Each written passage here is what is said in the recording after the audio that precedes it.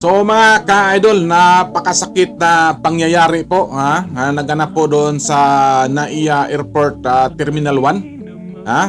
Although mga ka-idol, ilang araw na po tong lumilipas ang pangyayari, pero napakalungkot na panuorin at isipin po ang nangyayari sa isang OFW mga ka-idol.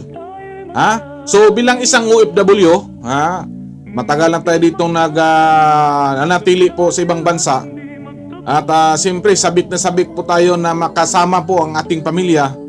Pero hindi natin sinasahang pangyayari mga ka-idol na sa pagkanyang pagbalik sana dito po sa ibang bansa ay habang naghatid po ang niyang pamilya doon sa airport ay hindi po inaasahang pangyayari mga ka-idol. Nakakalungkot talaga, nakakadurog puso ang nangyari mga ka-idol sa mga aksidente.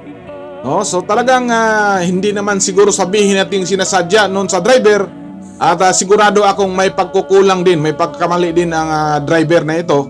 Dahil kung titingnan po natin sa video mga ka-idol, mula po siya sa parking area, biglan lang humarurot doon sa loob. At di natin inasahan na sagasaan ng bata mga ka-idol. At sa kasawiang palad mga ka-idol at binawian ng buhay mga ka-idol. Sa napakasakit isipin sa mga pangyayari. So tayo pong lahat ay mag-iingat lang po lagi sa lahat ng panahon kasi hindi natin alam kung anong mga mangyayari sa atin ng bukas. So kaya nga mga ka-idol na lagi tayong humihingi ng gabay kasi hindi natin alam ang mga pangyayari. Napakasakit isipin mga ka-idol. Isipin mo mga ka-idol na ilang taon siya doon natili sa ibang bansa, umuwi para magbakasyon, makasama ang pamilya, pero ganun ang nangyari. So masakit man ang pangyayari, ay dapat lang natin po itong tanggapin. Talaga po tadhana ng ating may kapal mga ka-idol na ganyan talaga ang mangyari.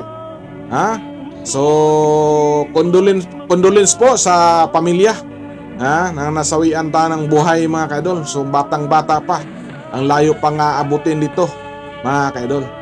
So wala tayong magawa kundi tanggapin ang mga lahat ng pangyayari. So lahat po ng mga OFW at mag-ingat po tayo at sa ating pamilya dyan sa Pilipinas, lagi tayong mag-ingat at gabayan tayo ng ating may kapal. Thank you for watching. Bye bye.